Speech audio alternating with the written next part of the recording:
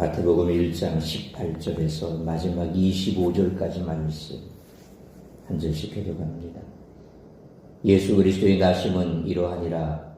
그의 어머니 마리아가 요셉과 약혼하고 동거하기 전에 성령으로 잉태된 것이 나타났더니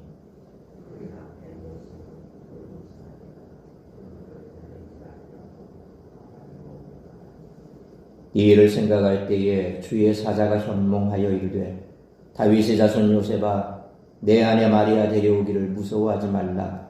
그에게 잉태된 자는 성령으로 된 것이라.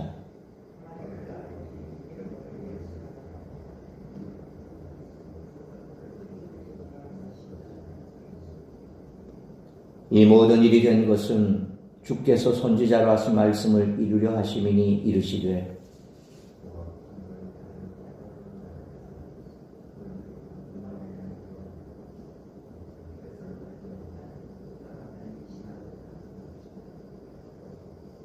요셉이 잠에서 깨어 일어나 주의 사자의 분부대로 행하여 그의 아내를 데려왔으나 아들을 낳기까지 동침하지 아니하더니 나음의 이름을 예수라 하니라.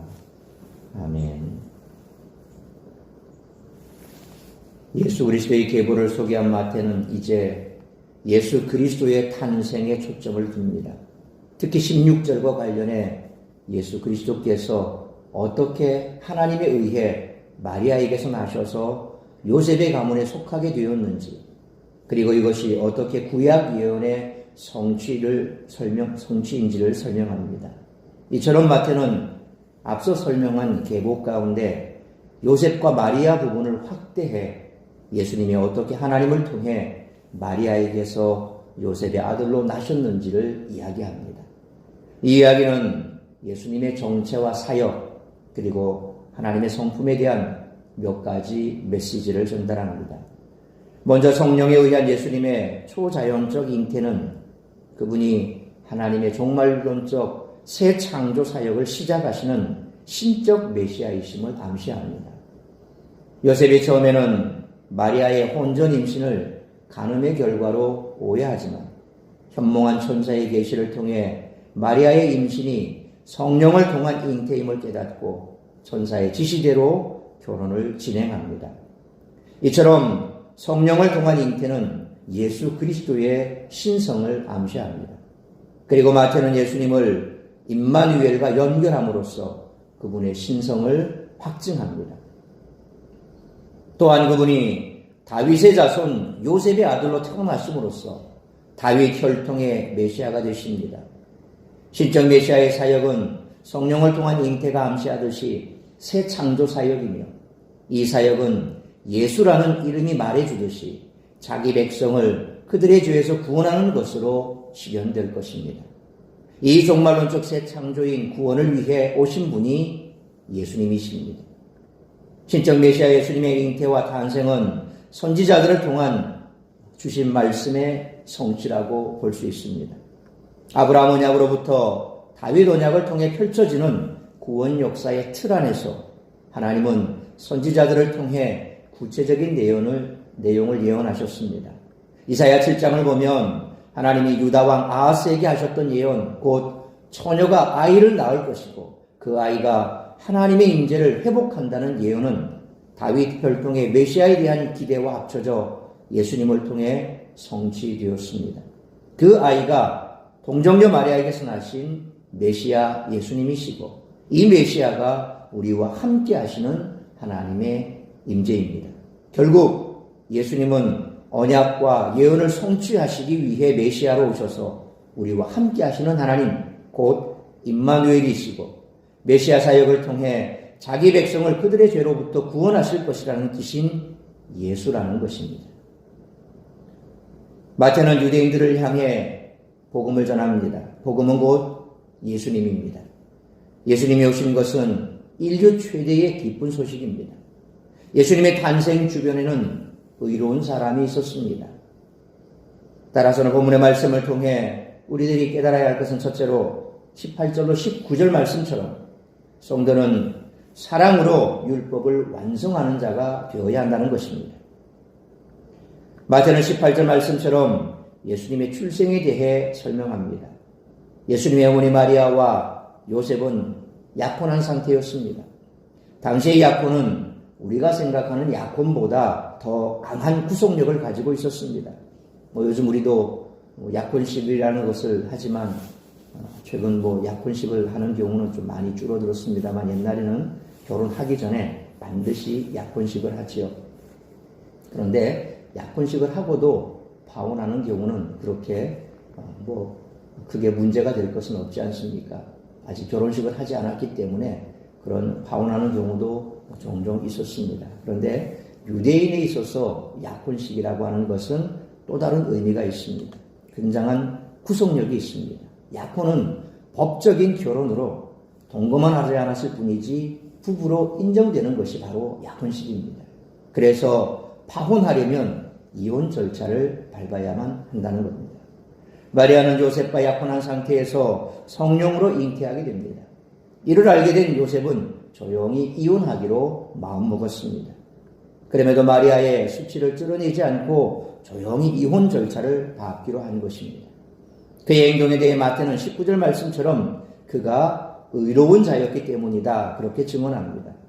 여기서 의롭다라는 것을 뜻하는 헬라어 디카이오스라고 하는 말은 하나님의 율법과 계명을 바르게 지킨다라는 그런 뜻입니다. 요셉은 하나님의 율법을 철저히 지키는 그런 사람입니다.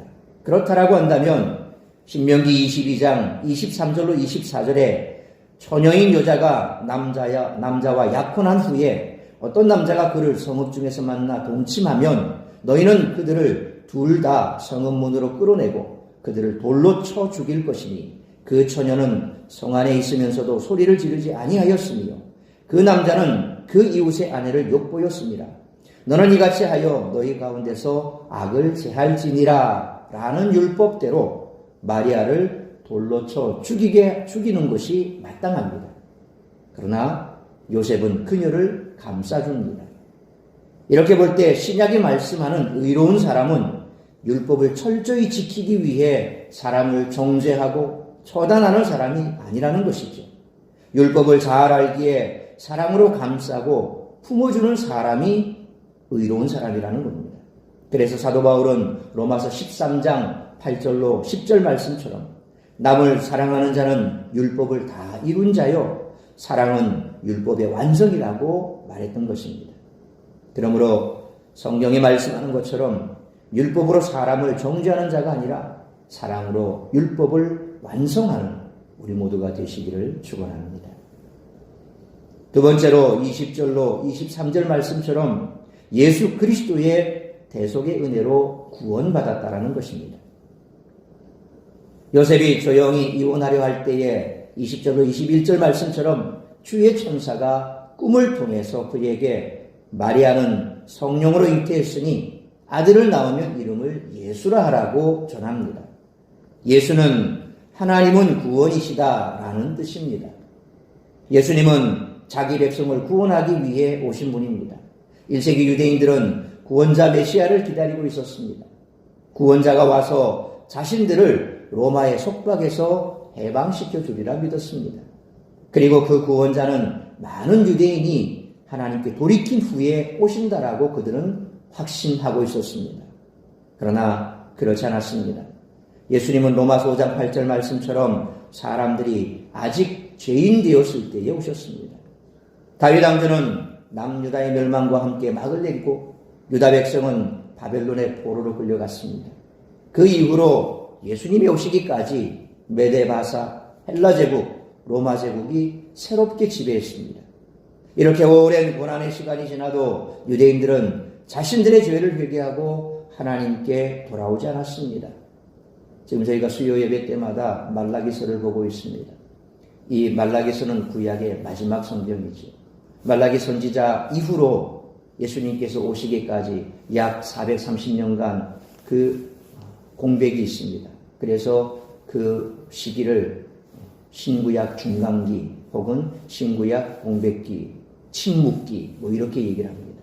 그러니까 말라기 이후로 예수님이 오시기까지 하나님은 침묵하셨던 겁니다. 더 이상 선지자를 보내지 않았습니다. 그런데 말라기서를 우리가 쭉 살펴보면 얼마나 이스라엘 백성들이 타락했는지, 특별히 종교 지도자인 대제사장들의 타락은 이루 말할 수 없습니다.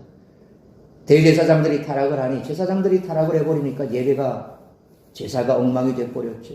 제사가 엉망이 되니 국민들, 이스라엘 백성들 역시도 똑같이 타락해버리는 겁니다. 그런 타락상들을 볼 때 오늘 유대인들이 가지고 있었던 메시아 사상, 그들이 생각하는 대로 이제 그들이 돌이켜 하나님 앞으로 돌아오면 그들을 구원해 줄 메시아가 올 것이다 라고 기대했지만 전혀 백성들은 돌아올 생각이 없었습니다. 종교 지도자들 타락해버렸죠. 백성들도 다 타락해버렸습니다. 그러면서도 그들은 돌아오지 않았던 겁니다.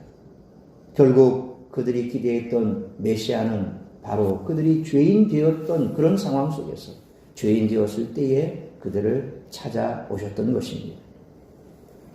이처럼 유대인들은 갈수록 악해지고 완악해졌습니다. 여전히 죄인이었습니다. 그런 상황에서 마침내 죄인된 백성을 구원하실 예수님이 오신 것입니다.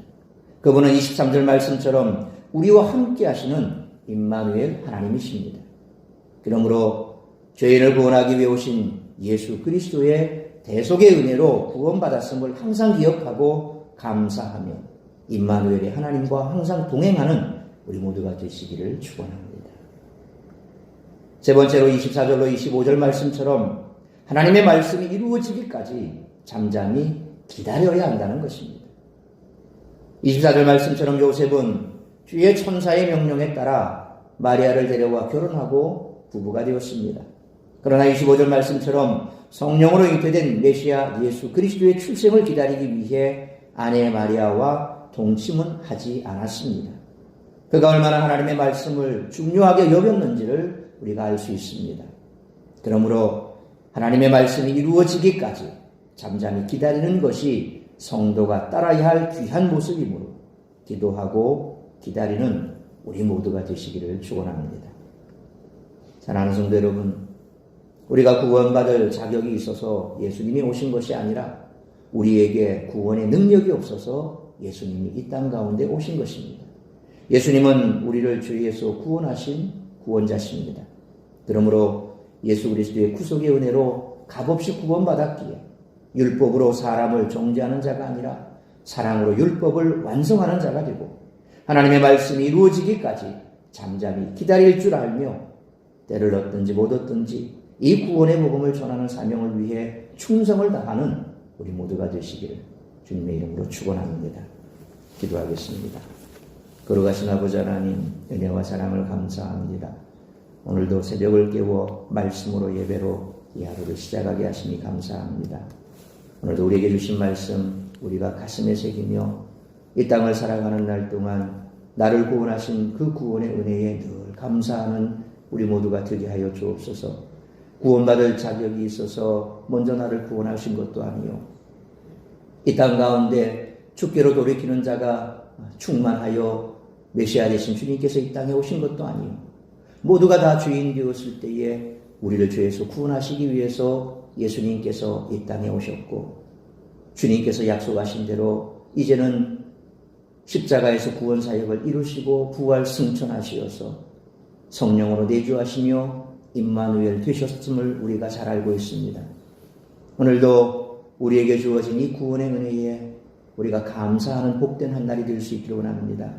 날 구원하신 그 구원의 은혜에 감사하고 임마누엘의 하나님과 동행하며 뿐만 아니라 우리가 죄인 되었을 때에 주께서 나를 구원하셨으므로 우리는 이 구원을 자랑할 아무것도 없다는 사실을 기억하고 세상 가운데에서 율법자들처럼 정죄하고 또 판단할 것이 아니라 오히려 우리가 거저 구원받았기에, 값없이 구원받았기에 율법을 완성하는, 사랑으로 율법을 완성하는 자로 살아야 할 줄 믿습니다. 오늘도 이처럼 나를 구원하신 그 구원의 은혜에 감사하고 용서하고 사랑하는 삶으로 하루를 살아가게 하여 주옵시고, 또한 이 땅 가운데 우리와 같이 죄인으로 죽을 수밖에 없는 자들이 얼마나 많은 줄 모릅니다. 때를 얻든지 못 얻든지 너희는 이 구원의 복음을 전하라 말씀하셨기에 오늘도 입술을 열어 이 복음을 전파케 하여 주옵시고, 우리가 전하는 그 복음을 통하여서 누군가는 또한 주께로 돌아와 영생의 구원을 얻음으로 기뻐하는 그런 복된 한 날이 될 수 있기를 간절히 빌고 소망합니다. 그러므로 오늘도 나를 통하여 이루고자 하는 하나님의 뜻을 이루며 이 구원의 복음을 전하는 복된 삶을 살아가는 우리 모든 성도를 될 수 있도록 인도하여 주시옵소서. 이 모든 말씀 우리 주 예수 그리스도의 이름으로 기도하옵나이다. 아멘.